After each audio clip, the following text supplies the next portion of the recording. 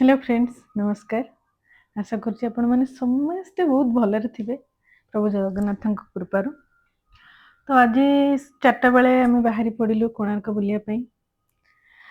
मझे मझे टिके बुलाबुली करवा निहाती दरकार ना कौन कहते लाइफ एंड स्टाइल दीटा तो आम लाइफ रे बहुत ही इम्पोर्टाट।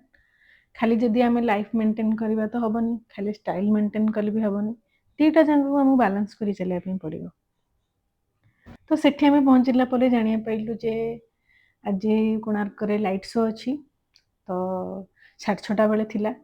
तो से पूर्वर आम भाविलु टिके बुलाबुली करूँ कहीं आगुरी मुझे भी कोणार्क जाइए सब दिन ही जाइए, केबे राति रे कि इवनिंग रे जिबार मते सेमती सुजोग मिलनी। तो आज जाई पहुँचला परे तो भाविली टिके मते एते सुंदर लगिला से जगह। तो मुझे भाविली मु भी किछि वीडियो क्लिप नहीं जीवी आपण मानक संगे शेयर करी। मते जेमती खुशी लगिला आशा करूँ आपण मानक भी सेमती खुशी लगिबो। तो सेठी मु सबु एंगेल जो जो पॉसिबल मो द्वारा जहाँ भी हो पारा मु चाहिए किछि किछि मते जो जो जगह भल लगिला आपण पय शेयर करिया पय। तो एबे 6:30 हो गला, लाइन भी आम लगे देलु।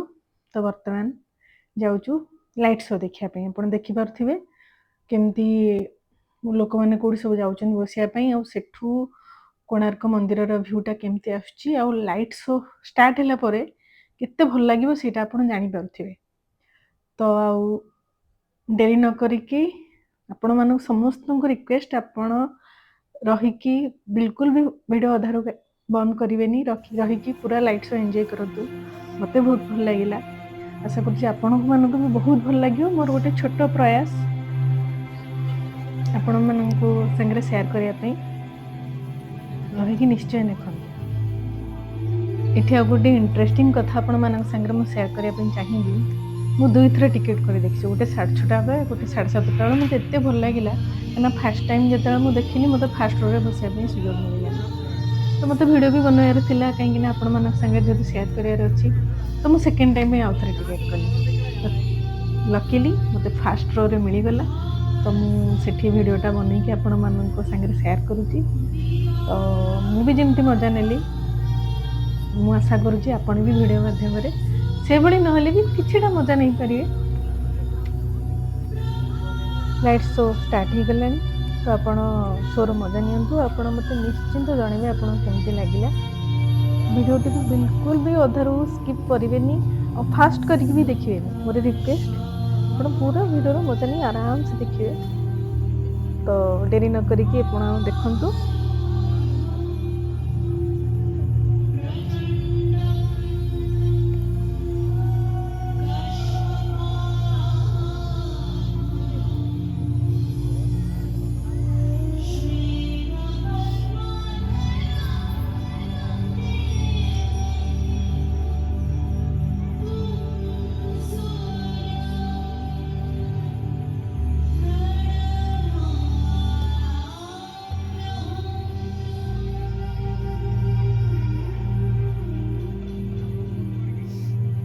जिसका होना जीवन का होना है, जिसकी चाल से बंधी है समय की गति, दिशाओं का ज्ञान, मौसमों की लुका छुपी, हवाओं का बहना, बहते बहते थमना, थमते थमते चलना।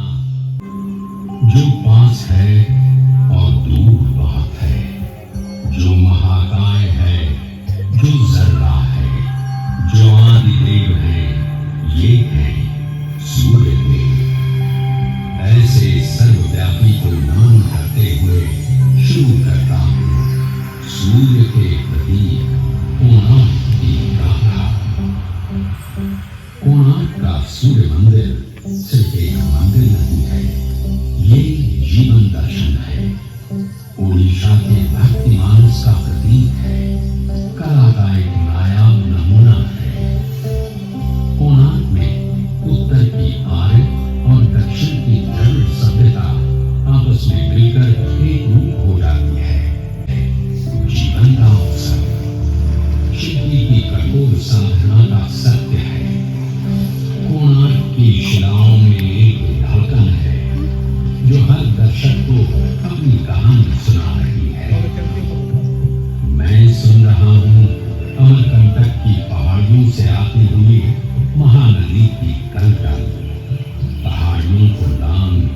वो कभी अलहड़ हो जाती है तो कभी चंचल, हर पल अपने रूप बदलती ऐसे चली आ रही है मानो पूरी पृथ्वी को सिंचित कर देगी। तभी शिला से टकराती है और फैल जाती है विभिन्न दिशाओं में। कोई पुकारता है चित्तोत्पला तो कोई महानदी। इसकी शाखा और प्राची, इसी नदी के तट पर बसे हैं कई नगर और कई जनपद। इन्हीं में से एक है कोणार्क।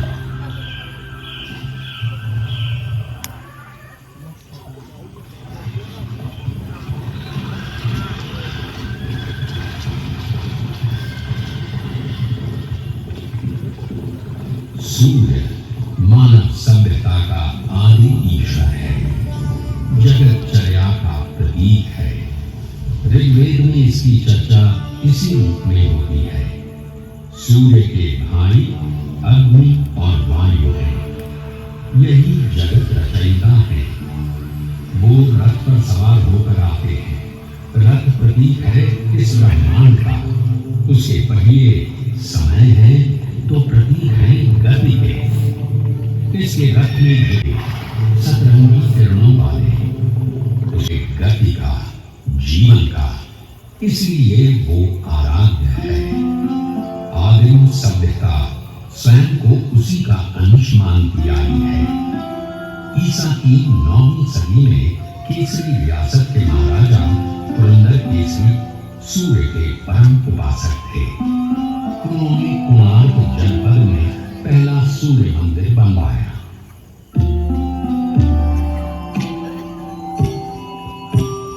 12वीं सदी में ओडिशा का केसरी साम्राज्य दक्षिण के गंग साम्राज्य के अधीन आ गया। इसी साम्राज्य के महाराजा अनंत भीम तृतीय ने जगन्नाथ मंदिर का निर्माण पूरा कराया, जिसकी शुरुआत अनंत वर्मन कहते हैं। अनंत भीम तृतीय में संतान थे। पुत्र प्राप्ति के लिए उन्होंने उसी मंदिर में सूर्य की उपासना की, जिसका निर्माण केसरी साम्राज्य के महाराज पुरंदर केसरी ने कराया था। उपासना सफल हुई और नरसिंह देव प्रथम का जन्म हुआ।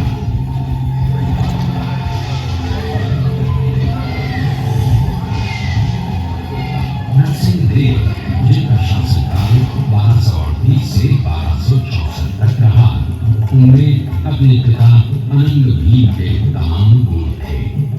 नरसिंह देव के पिता अनंत भीम ने 1211 से 1238 तक ओडिशा पर राज किया।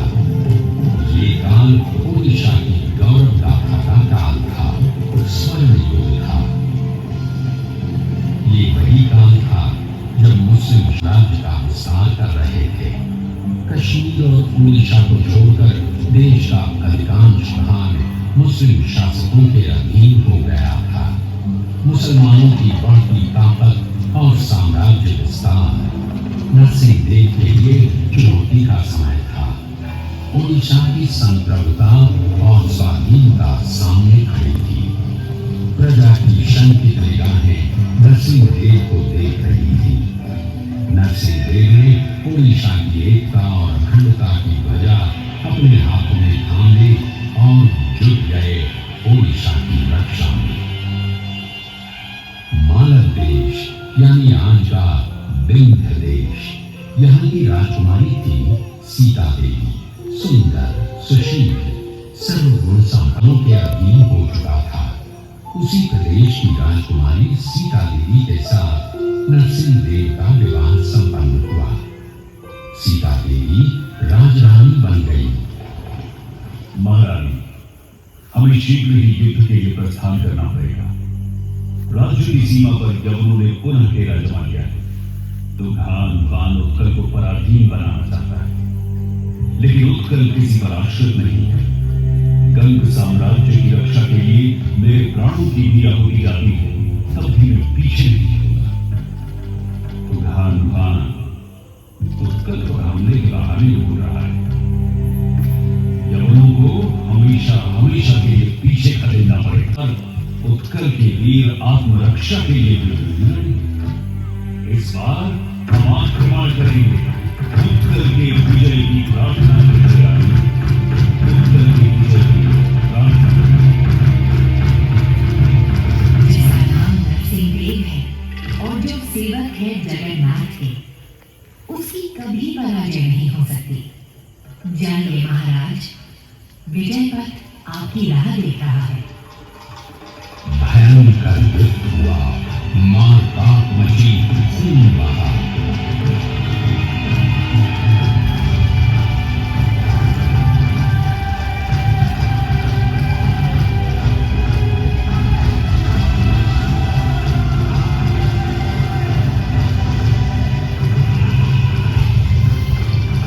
नरसिंहदेव की वीरता और पाइक वीरों के युद्ध कौशल के आगे तुगान खान की पराजय निश्चित थी।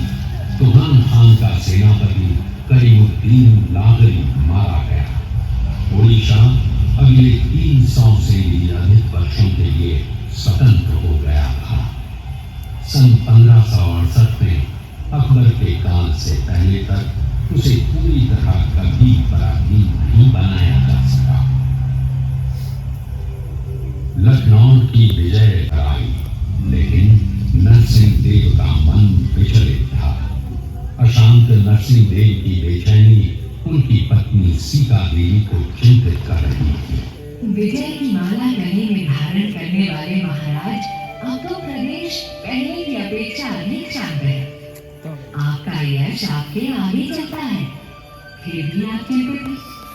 सूर्यमुख कलंक क्यों है महाराज? देवी, मैं युद्ध लड़ रहा हूं मातृभूमि की रक्षा के लिए, उसकी स्वाधीनता को बनाए रखने के लिए। माना शांत है। युद्ध लड़ना और मात्र यही अर्थ है। युद्ध लड़कर भूमि को तो सुरक्षित रखा जा सकता है, लेकिन उसकी पहचान, उसकी परंपरा, उसकी संस्कृति को सुरक्षित नहीं रखा जा सकता। संस्कृति की रक्षा भी तो राजधर्म है। उसके बिना ये राज्य, उसकी भूखल और उसकी सीमा का अर्थ ही क्या रह जाता है?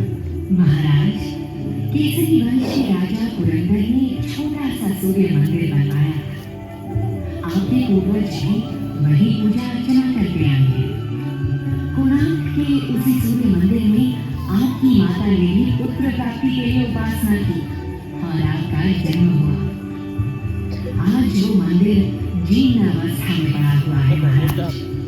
आपकी माता ने वहां भव्य मंदिर बनवाने की कामना की थी। आप उनकी मनौती पूरी करें। शायद कला संस्कृति के विषय में आपकी सोच का आरंभ यहीं से हो। अद्भुत। इससे शीघ्र ही निर्माण कार्य शुरू करना होगा।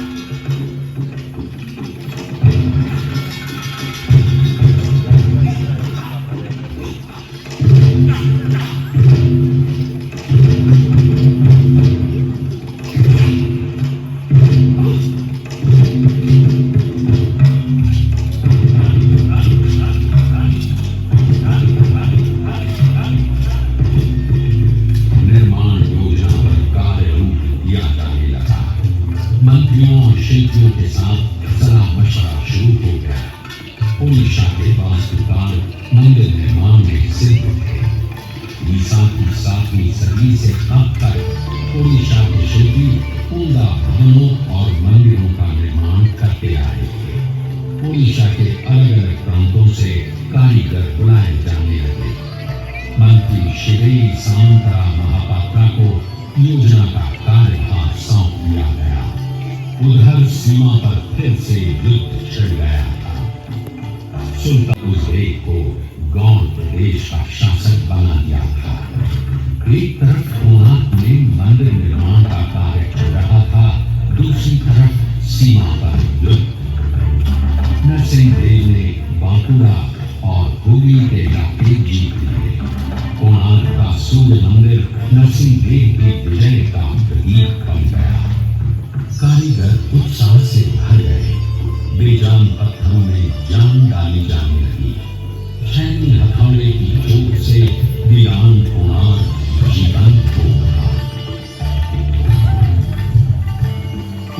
के जर्रे जर्रे में इतिहास छिपा है। हर शिला अपनी ही कथा कहती नजर आती है। सच है या झूठ ये तो किसी को पता नहीं, लेकिन एक बताती जरूर है। किस्से कहानियां तो उसी की बनती है जो श्रेष्ठ होता है। तो इन किस्से कहानियों से ये जरूर पता चलता है, द्वापर युग था। श्री कृष्ण की 8 पटरानियों में से जामवंती के गर्भ से जन्मे सांब। सांब रूपवान थे, अपने रूप पर उन्हें गर्व भी था। एक दिन ब्रह्मर्षि नारद पधारे। अपने रूप में मदमस्त सांब उनका अपमान कर रहे थे। रुष्ट नारद ने कृष्ण से ये कह दिया कि तुम्हारा पुत्र सांब गोपांगनाओं के साथ प्रणय क्रीड़ा में लीन है। क्रोधित कृष्ण सांब को ढूंढने निकले। इधर नारद ने सांब से कहा, पुत्र, तुम्हारे पिता रैवतक पर्वत पर तुम्हारी प्रतीक्षा कर रहे हैं। पिता को प्रतीक्षारत जान सांब तीव्र गति से रैवतक पर्वत की ओर भागे। वहां गोपियां पुष्करणी में जल क्रीड़ा कर रही थी। सांब को समझ देख मुझे लगा साक्षात श्री कृष्ण आ गए हैं। सांब में कृष्ण छाया देख सुध बुध बिसराकर गोपियां सांब से निपट गईं। तभी वहां पहुंचे कृष्ण। सांब को गोपी से भड़क उठे। अरे नराधम क्लीब, तू महापापी है। मैं तुझे श्राप देता हूं। जिस रूप के अहंकार में तू डूबा है, तेरा वो रूप नष्ट हो जाए। तेरे रूपवान अंग पुष्प से भर जाए। पिता के शाप से सांब को कुष्ठ हो गया। नारद के प्रति हुए अपमान का उन्हें आभास हुआ तो वे नारद के पास पहुंचे। नारद ने उनकी दशा देखी और द्रवित होकर शाप मुक्ति का उपाय बताया। तुम भारत के पूर्वी तट पर मैत्रेय वन में जाकर सूर्य की उपासना करो। उनकी कृपा से ही तुम रोग मुक्त हो सकते हो। नारायण नारायण। सांब चंद्रभागा नदी किनारे सूर्योपासना में लीन हो गए। उनकी कठोर साधना से प्रसन्न हो सूर्यदेव ने उन्हें रोग मुक्त कर दिया। रोग मुक्त सांब ने चंद्रभागा नदी में डुबकी लगाई। वहां उन्हें पत्थर की बनी सूर्यदेव की मूर्ति मिली। उन्होंने मंदिर बनवा वहीं उसकी स्थापना कर दी। सांब की वो साधना की आज कोणार्क मठ के नाम से जानी जाती है। और आज भी देश के विभिन्न हिस्सों के कुष्ठ रोगी रोग मुक्ति की कामना के लिए यहाँ आते हैं। ये कथा है सांब पुराण की, पौराणिक है। ओडिशा के जनमानस की कथा है। इतिहास का इससे कोई सरोकार नहीं है। कोणार्क निर्माण में कितना समय लगेगा, कितने कारीगर काम करेंगे, कितना अर्थ व्यय होगा, सारा हिसाब लगाया जा चुका था। भ्रमरवर हरिचंदन आए गए की देखभाल कर रहे थे। पुरी पदमतोला गंड नामक पुष्करणी को भरकर मंदिर बनाने का फैसला ले लिया गया। ओडिशा के विभिन्न इलाकों से चुन चुन कर कारीगर बुलाए गए। दूर दूर के पहाड़ों से पत्थर लाए जाने लगे। चित्रकोंडा, माकंडा, रेगेड़ा, श्वेत, श्याम, किस्म किस्म के पत्थर और नील रंग का ग्रेनाइट लाया गया नीलगिरी से। नवग्रह के लिए शिला आई 642 मन की। मंदिर के ऊपर कलश स्थापना के लिए 56,000 मन का 25 फीट ऊंचा शिलाखंड जलमार्ग द्वारा 100 मील से भी अधिक दूरी से लाया गया। न सिर्फ इसे लाया गया, बल्कि 200 फीट ऊंचे मंदिर के शिखर पर चढ़ाया भी गया। शिल्पियों का अद्भुत कौशल और लगन अचंभित कर देने वाले थे। कुल 1200 कारीगर लगाए गए निर्माण कार्य में काम पूरा करने के लिए, और समय निर्धारित किया गया 12 वर्षों का। महाराज नरसिंह देव स्वयं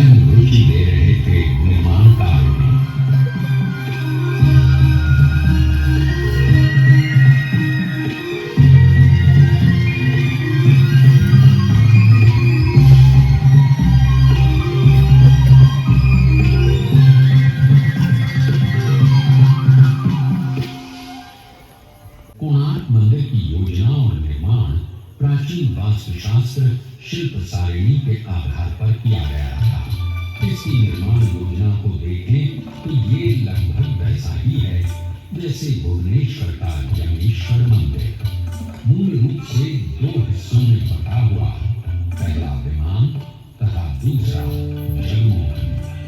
विमान लगभग चौकोर होता है, कोणार्क ठीक इसी रूप में बना है।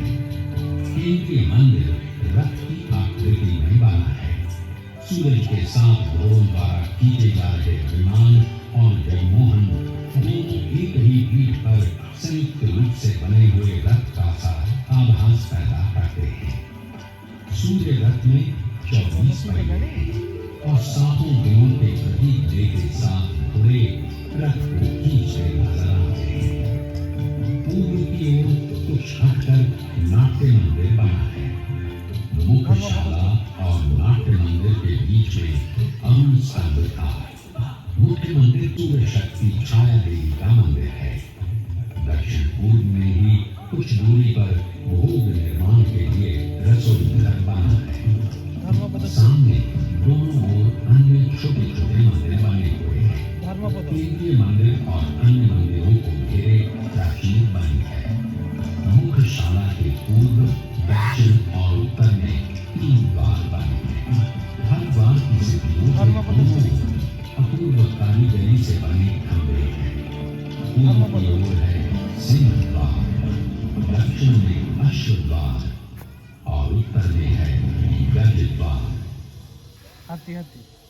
सूर्य के प्रकाश में भेद नहीं है। वो जाति, धर्म, संप्रदाय और देश में फर्क नहीं करता।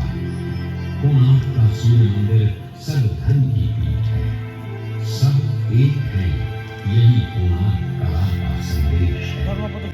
कोणार्क को गौर से देखें तो वो केंद्र से एकाकार होता नजर आता है, मानो कोई ताकत उसे अपने में लीन कर लेना चाहती हो। इसके शिल्प की खासियत यही है कि ये अपनी विशालता और भरपन के बावजूद ऊपर की ओर उठता गतिमान प्रतीत होता है।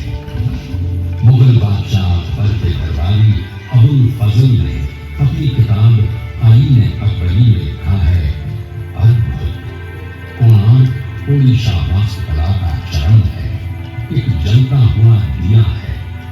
पर अफसोस वास्तुकला का ऐसा अद्भुत चिराग इसके बाद ओडिशा के स्थापत्य में फिर कभी नहीं दिखा। ओडिशा के मंदिर भव्य साज सज्जा वाले मंदिर हैं। प्राकृतिक बिंबों में कमल की आकृति प्रायः हर मंदिर में मिल जाएगी। कमल जहां एक तरफ सूर्य को बिंबित करता है, वहीं वो प्रतीक है प्रज्ञा का, ज्ञान का, परम ज्ञान का। पत्ते और डालियों से की गई सजावट भी प्रायः सभी मंदिरों की सज्जा का अंग है। ये डालियां बिना फूलों वाली हों तो सादा डाली, फूलों वाली हों तो गेंदा डाली, पक्षी बैठे हों तो हंसा डाली। अगर डालियां आपस में गुथी गोलाकार रूप लिए हों तो फांसी लता के नाम से पुकारी जाती है। कोणार्क के पहिए और चक्र की सज्जा में भी इसका प्रयोग देखने को मिलता है। उड़ीसा में मंदिरों के दरवाजों पर जबरदस्त नक्काशी देखने को मिलती है। कोणार्क मंदिर के प्रवेश द्वार पर जो झांकी उकेरी गई है, वो है मनुष्य कौतुकी, जिसमें मानव आकृति अलग अलग भाव भंगिमाओं में द्वार के दोनों ओर लताओं का सहारा लिए झूलती दिखाई गई है। साथ ही कई द्वारों पर ऊपर की ओर बढ़ती लता डालियां जो मानव आकृतियां लिए हुए हैं, उन्हें भी उकेरा गया है। कोणार्क मंदिर के प्रवेश द्वार पर एक और खास आकृति उकेरी नजर आती है। वो है आपस में गुथी नाग नागिन की आकृति, जिसे अहिबंध या नागबंध के नाम से जानते हैं। उड़ीसा के मंदिरों की एक साज सज्जा सिर्फ क्षैतिज या लंबवत आकार में ही नहीं है, बल्कि गोलाकार सतहों पर भी नजर आती है, जैसे कोणार्क चक्र और तोरण द्वार। कोणार्क सूर्य मंदिर भी है और विजय प्रतीक भी। कोणार्क के शिल्प में जहाँ एक तरफ युद्ध के मजबूत घोड़े और हाथी भी है।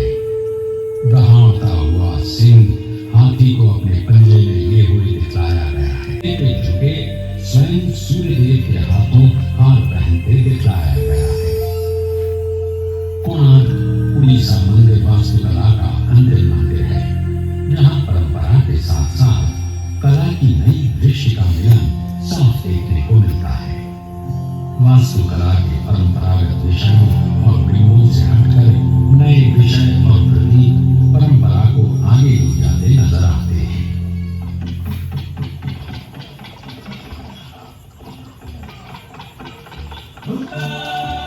जनपद के महान शिल्पी विष्णु महाराज प्रणाम स्वीकार करें।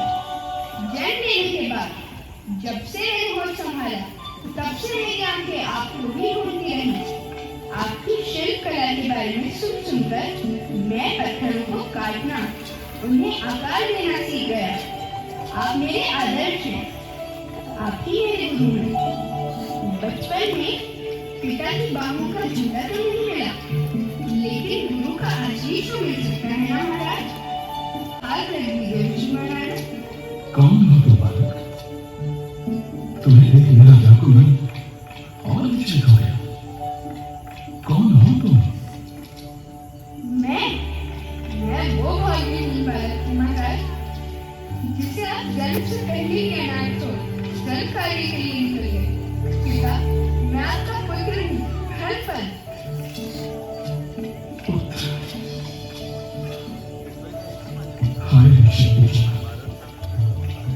12 वर्षों तक जिसे भूला रहा, आज सामने खड़ा, जिसे गले लगाने को जी चाहता, घंटों महीनों जैसे निहारने बातें करने को मिलता,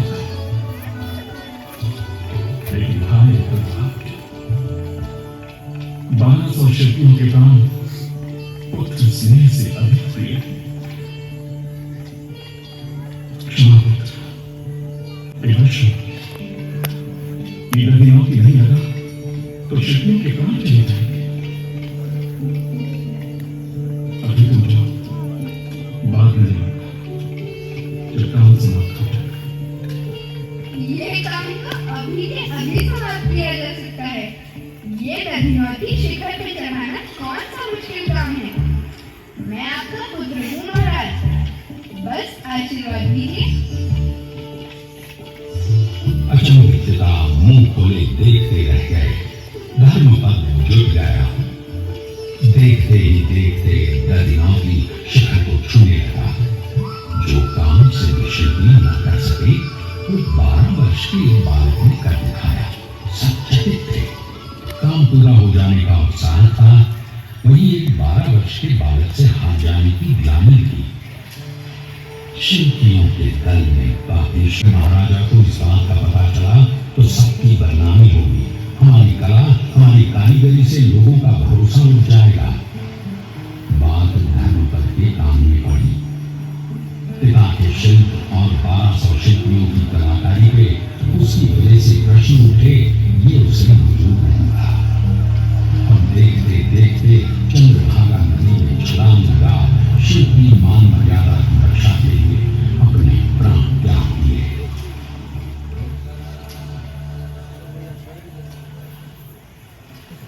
ये किस्सा है या सच पता नहीं, लेकिन शिल्पी का शिल्प के प्रति सम्मान और आस्था को अवश्य दिखलाता है। 1200 शिल्पियों की 12 वर्षों की अनथक साधना के बाद कोणार्क का अद्वितीय सूर्य मंदिर बनकर तैयार हुआ। राजा नरसिंह देव की कामना ने आकार रूप ग्रहण किया। इसके बनने के उपलक्ष्य में जबरदस्त समारोह का आयोजन किया गया।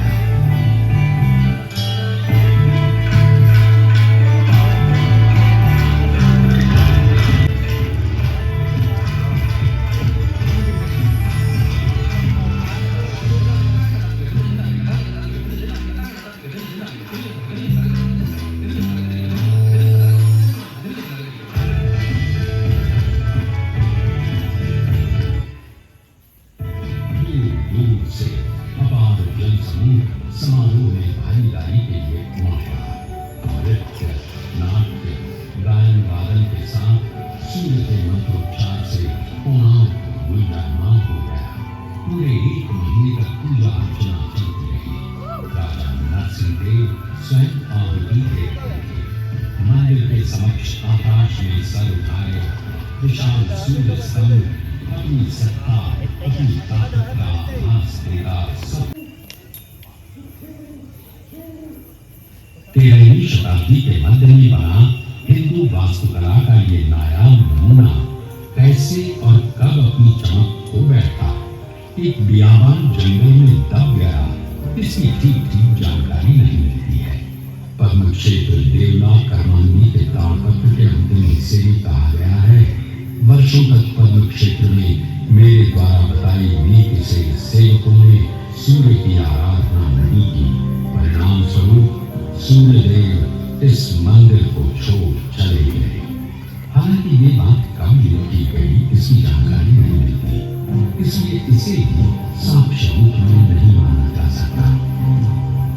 कोणार्क में घूमते गाइड आपको अक्सर बताएंगे कि इसके विध्वंस की वजह और कुछ नहीं बल्कि महान नाविक क्रिस्टोफर कोलंबस की कारस्तानी थी। प्रचलित है कि मुख्यशाला के ऊपर एक विशाल चुंबक स्थापित था, जिसका चुंबकीय क्षेत्र इतना अधिक शक्तिशाली था कि वो सुदूर समुद्र में नौ संचालन में बाधा उत्पन्न करता। कोलंबस जैसे महान नाविक को ये भला कैसे रास आता, तो उसने इसे उखाड़ फेंकवाया। कहते हैं कि चुंबक के हटते ही मुख्यशाला जर्मरा के गिर पड़ी।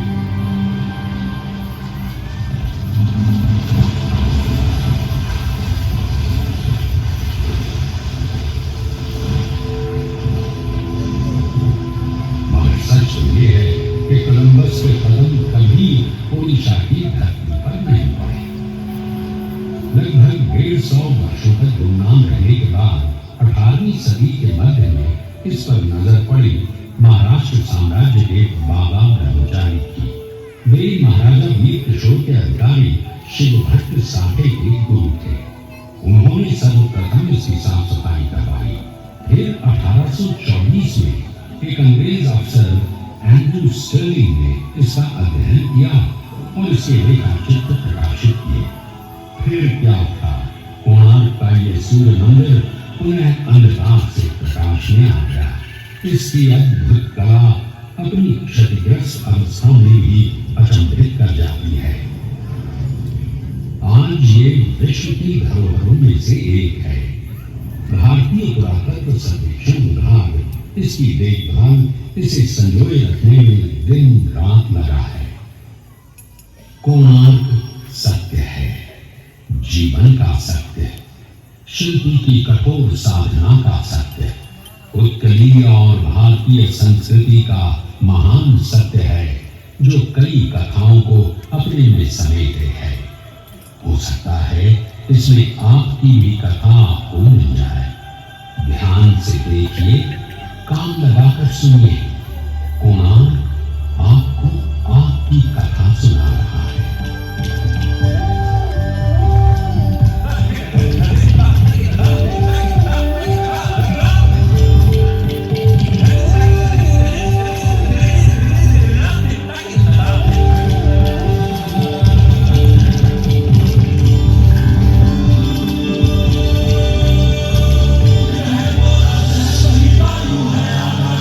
Hare